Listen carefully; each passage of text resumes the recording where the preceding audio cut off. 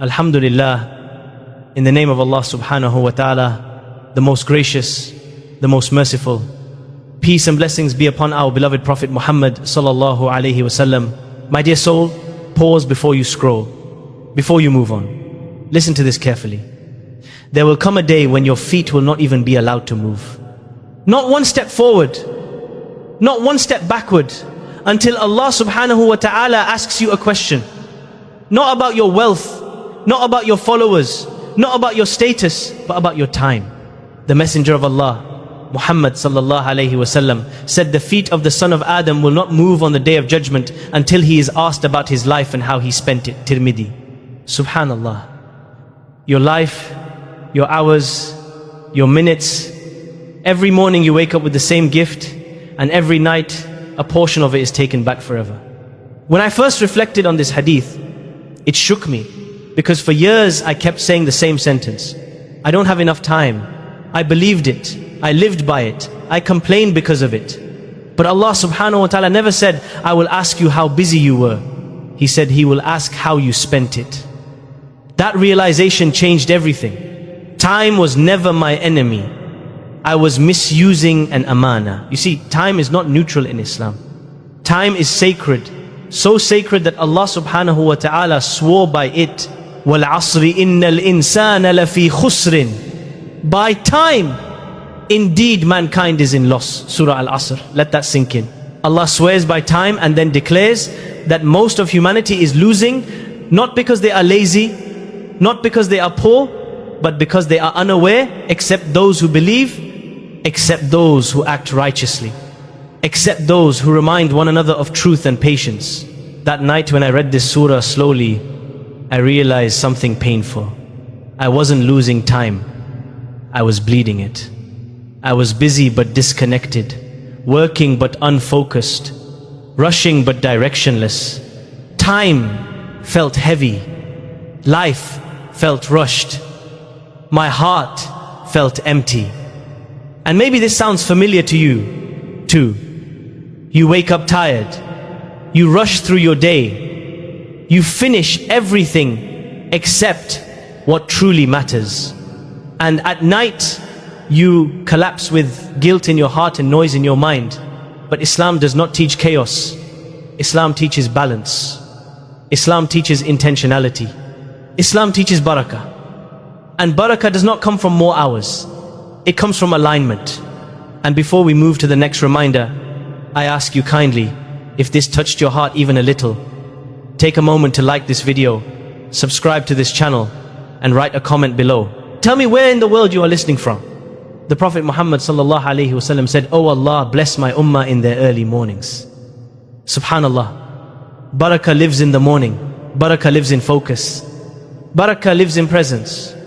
But when we treat time like an enemy, we lose all three. We multitask and call it productivity. We stay busy and call it success. We exhaust ourselves and call it ambition. But Islam calls it something else. Heedlessness. The truth is painful but freeing. Time management is not about schedules. It is about who you believe you are. If you believe you are always behind, you will live rushed. If you believe time is scarce, you will waste it. But if you believe time is an amana from Allah, your entire relationship with life changes. You stop asking how much can I do today, and you start asking what does Allah want from me today. And that question changes everything. In the next part, we will uncover why focus, energy and presence are not modern productivity hacks, but deeply Islamic principles. Principles the Prophet sallallahu alaihi wasallam lived by. Principles that turn chaos into calm and exhaustion into barakah. Stay with me. Because time was never your enemy. You were just never taught how sacred it really is. My dear heart, there is a silent mistake many of us are making. We think the problem is that we don't have enough time. But the truth is we don't have enough presence. We live fragmented lives. Half of our heart in one place, half of our mind in another. We pray while thinking about emails. We work while scrolling. We sit with our families while our souls are somewhere else. And then we wonder why the day ends and nothing feels complete. Islam does not teach fragmentation. Islam teaches ihsan. The Messenger of Allah Muhammad sallallahu alaihi wasallam said, Indeed, Allah loves that when one of you does something, He does it with excellence. Excellence is not speed. Excellence is not multitasking. Excellence is focus. Yet we were taught to believe that doing more at the same time means doing better. Subhanallah, how wrong we were. When you split your attention, you drain your energy. And when energy is drained, barakah disappears. Because barakah does not live in exhaustion, it lives in alignment. The Prophet ﷺ lived a life of deep focus. When he prayed, he was fully present. When he spoke, he turned his entire body toward the person. When he worked with intention. And when he rested without guilt. This is not coincidence. This is sunnah. Many of us burn out because we ignore how Allah subhanahu wa ta'ala created us. Your mind was not designed to run endlessly. Your soul was not designed to live disconnected from rest. Even the alternation of night and day is a sign of divine balance. Allah subhanahu wa ta'ala says, and we made the night for rest. Surah An-Naba, Ayah 9. Rest is not laziness. Rest is obedience when done with intention. But here is where it gets deeper. Time management is not just about focus. It is about energy. You can have free time and sit, but it'll feel exhausting, because exhaustion is not from lack of hours. It is from lack of purpose. That is why the early mornings are so powerful. The Prophet ﷺ made a dua, "Oh Allah, bless my ummah in their early mornings." Barakah lives where most people are sleeping. Barakah lives where distractions are quiet. Barakah lives where the heart is still soft. But if your nights are filled with noise, screens and restlessness, your mornings will be heavy. And when mornings are heavy, the entire day feels rushed. This is why anchoring your day around salah is not just worship, it is strategy. Fajr is not only a prayer, it is a reset. It reminds you who you belong to before the world starts demanding from you. And when you begin the day with Allah subhanahu wa ta'ala, you no longer feel chased by time. You walk with it.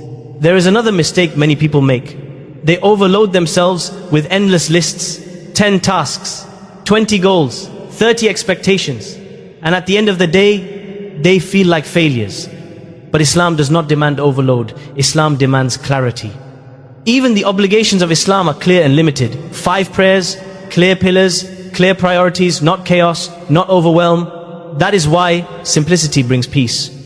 When you choose one meaningful action instead of 10 scattered ones, you protect your soul. When you give focused time to what truly matters, Allah places barakah in it. And suddenly, the same 24 hours feel different, lighter, calmer, more alive. Now we will uncover the deepest truth of all. Why your identity determines how you experience time. Why the words you repeat shape your days. And how to stop living as a victim of the clock and start living with barakah. Stay with me, because once your relationship with time heals, your entire life begins to heal with it. My dear soul, let me tell you the deepest truth about time. Time is not your enemy. Time is an amana. And the moment you understand this, everything changes. Most people don't struggle with time management, they struggle with identity. You see, your brain does not act on reality, it acts on repetition. What you say to yourself again and again becomes who you are. If you keep telling yourself, I'm always late, I don't have enough time, I'm always behind, your heart accepts it, your body follows it, and your life begins to mirror it. This is why Islam pays attention to words, because words shape belief and belief shapes destiny. Allah subhanahu wa ta'ala reminds us, and do not say about anything, I will do that tomorrow, without saying, if Allah wills. Surah Al-Kahf, Ayah 23 and 24. This ayah is not just about manners, it is about mindset. It teaches you that time is not owned by you, but entrusted to you. And when you shift from I don't have time to I am a trustee of time, your nervous system relaxes, your heart slows down, your soul aligns, because a trustee does not panic. A trustee protects. A trustee prioritizes. A trustee acts with intention. This is why the Prophet Muhammad ﷺ lived with such calm presence. He was never rushed, never chaotic, never empty, even when his responsibilities were heavier than ours. Why? Because his identity was clear. And identity always comes before systems. But once identity is healed, systems begin to work. This is where your days transform.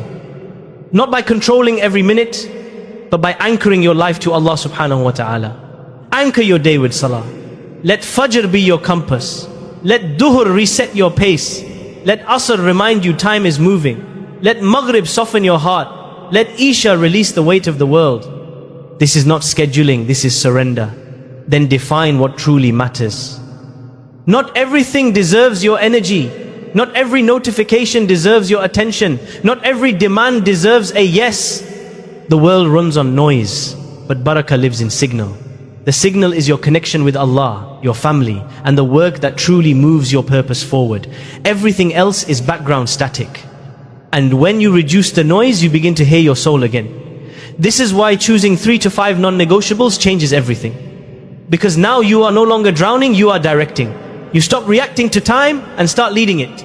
And something beautiful happens, the same 24 hours, but a completely different life.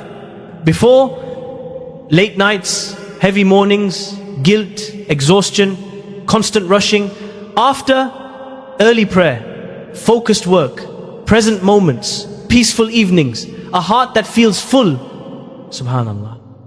Nothing magical changed except who you believed you were, from a victim of the clock to a servant of Allah subhanahu wa ta'ala walking with barakah. Allah subhanahu wa ta'ala swore by time for a reason. وَالْعَصْرِ إِنَّ الْإِنسَانَ لَفِي خُسْرٍ. By time indeed mankind is in loss. Surah Al-Asr, ayah 1 and 2. But He did not leave us hopeless. He gave us the way out. Faith, righteous action, truth, patience. This is time management in Islam. Not hustle, not burnout, not chaos, but alignment. So today, don't ask how do I get more time? Ask how do I protect the time Allah has already given me. Because when you honor time as an amana, Allah places barakah inside it. And when barakah enters your life, you don't just have time, you have peace, and that changes everything. Now take a deep breath and gently close your eyes. Lift your hands, feeling the energy within, and join me in a whispered moment of connection. Allahumma barik lana fi awqatina waj'al a'marana hujjatan lana la alayna. Ya Allah subhanahu wa ta'ala, You are the one who created time, and we are the ones who keep losing it.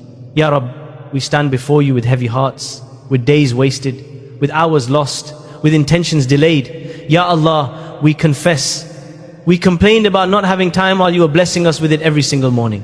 Ya Rabb, forgive us for the moments we gave our time to the world, but forgot to give it to You. Forgive us for the prayers we rushed, the Quran we postponed, the family we ignored, and the souls we neglected. Ya Allah, do not make us from those who realize the value of time only when it is taken away. Ya Rabb, make us from those who live with barakah, not just busy schedules. Put sakina in our mornings, peace in our hearts, and focus in our actions. Ya Allah, bless our time like You blessed the mornings of this ummah through Your beloved Prophet Muhammad sallallahu alaihi wasallam. Make our hours productive, our efforts sincere, and our intentions pure. Ya Rabb, if we have been careless with time, teach us how to protect it. If we have been distracted, pull our hearts back to You. If we are overwhelmed, replace our anxiety with tawakkul. Ya Allah, make our days revolve around salah, our nights end with shukr, and our lives filled with Your remembrance. Do not let time be a witness against us on Yawm al-Qiyamah. Make it a proof for us, not against us. Ya Rabb, let us meet You with hearts at peace, lives lived with purpose, and time spent in obedience. Ameen, Ameen, Ameen. My beloved brothers and sisters, if this reminder touched your heart, if it made you pause, if it made you rethink how you spend your time, then this was not random. This was Allah subhanahu wa ta'ala calling you back. Support this message. Press like so this reminder reaches another soul who feels lost in time, just like we once did. Subscribe to the channel, because every single day we reconnect hearts to the Quran, to purpose, and to barakah. And now I want to hear from you. What is the biggest struggle in your life right now? What are you asking Allah for? And tell us, where are you watching from? Write it in the comments so we can make dua for each other, so we can stand together as one ummah, So no heart feels alone, because here we don't just watch reminders, we live them. May Allah subhanahu wa ta'ala bless your time, your life and your akhirah. Ameen. Assalamu alaikum wa rahmatullah wa barakatuh.